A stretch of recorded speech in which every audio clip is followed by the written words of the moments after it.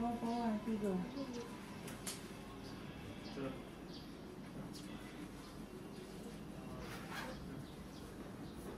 Tengok balik. Terima kasih. Ni? Ni? Salaman. Maklum tu. Tak salah. Dia orang 4 orang kan? Tak kira Salam. maklum. Baik, lagi seorang. Salam dah.